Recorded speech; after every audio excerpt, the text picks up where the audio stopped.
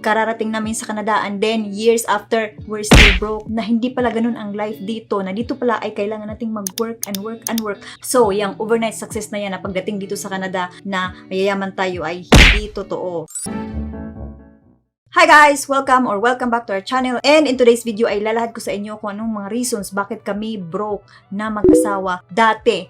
Kararating namin sa Canada and then years after, we're still broke kasi wala kaming kaalam-alam sa mundo kung ano ang dapat gawin dito sa Canada. So, guys, if you would like to get out of being broke right now, if you're living paycheck to paycheck, stay watching this video until the end kasi alam ko na may makukuha kayo na points dito na makakatulong sa situation ninyo ngayon. So, unang-una, kaya kami broke ay dahil may myth tayo na kailangan overnight success. Ang sa amin kasi, we're going to go to Canada kasi magtatrabaho kami doon and then the pasture is greener there. Parang ganun, mindset natin, every single Filipino yata na pupunta ng Canada ay ganun ang mindset as far as I know, as far as everyone na nakahalubilo kung ganun ang mga reason kung bakit pumupunta tayo ng Canada is dahil dito ay medyo quality ang life, malaki ang sahod, etc. etc. But guys, sa mga nandito na alam natin na hindi pala ganun ang life dito, na dito pala ay kailangan nating mag-work and work and work para tayo ay makabayad ng bills. Hindi pala lahat ng kikitain natin ay mapupunta sa ating kamay na isi-save natin, na bibili natin ang lahat ng gusto natin.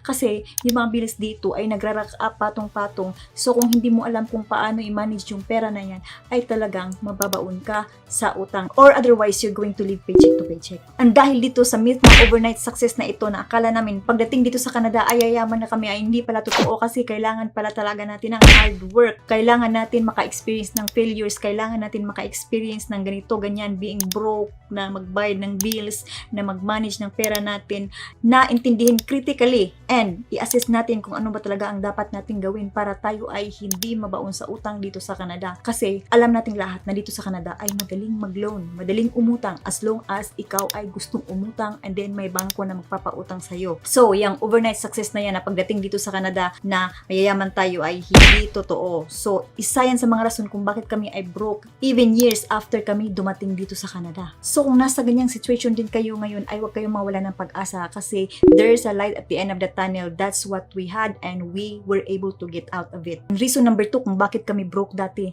ito ay dahil sa wala kaming financial education. Way back in the Philippines, ang course ko po ay nursing and my husband just had 2 years of college years and he was working very early at his age. So kami ay talagang wala kaming kaalam-alam sa financial literacy na yan. Wala kaming kaalam-alam kung paano mag-manage ng pera, kung paano hindi makautang, kung paano makasave, kung paano mag-invest, kung paano mag-business. Yung mga ganyan na bagay para hindi tayo mabaon sa utang, para hindi tayo maging broke dito sa Canada. Wala kami ng knowledge na yan nung dumating kami dito and even years after. Kami ay talagang nag-work lang and especially nagkaanak kami less than a year after ako dumating. So wala kaming time and chance na mag-explore dyan kasi na-busy kami sa anak namin and then syempre kailangan natin mabuhay dito. Mabibisi tayo sa ating 9 to 5 jobs. Kaya kung hindi talaga maset ang mindset natin na para hindi tayo mabroke, ma-paycheck to paycheck or mabaon sa utang dito sa Canada ay we need financial literacy. And guys, in today's age, sa panahon ngayon, this very month, this very year, 2023, it's very easy to gain financial literacy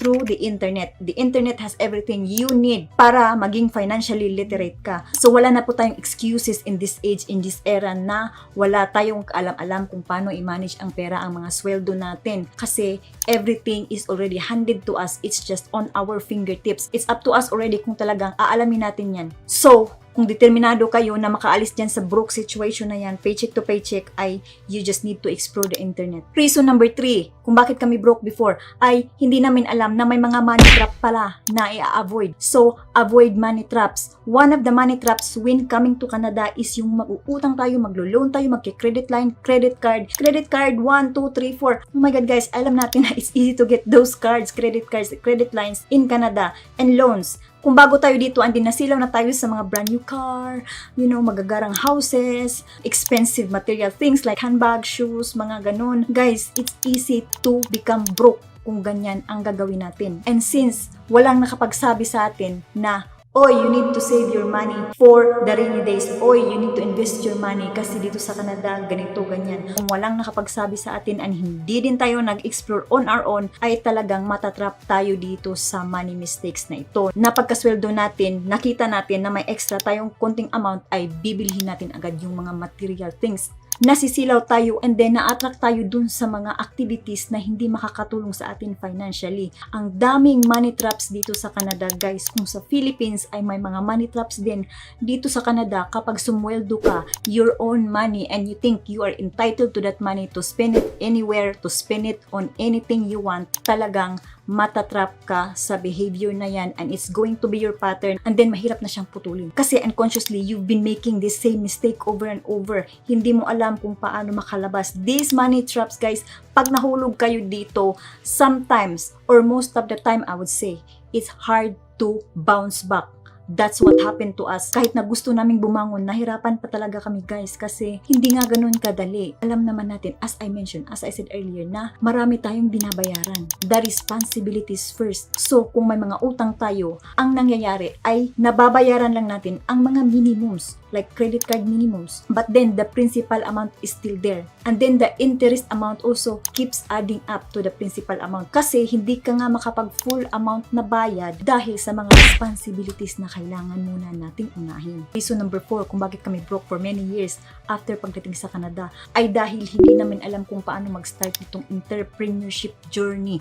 So guys, if you have watched my other video before, ako, ever since I was young, parang na-conclude ko na sa sarili ko na mahilig talaga ako sa entrepreneurship journey. Mahilig ako mag-business. Na ang mindset ko ay gusto kong kumita from my business. Ayokong magtrabaho sa ibang tao. Ayokong magtrabaho sa labas. Ayoko na may tao nagsasabi na ganito, ganyan. Na magagalit lang sa'yo for no reason, na parang terror lang ang dating. Ayoko nang ganun. And I want to have all my time that I want in my family. So gusto ko na hawak ko yung oras ko. So that's why my entrepreneurship spirit is talagang mataas.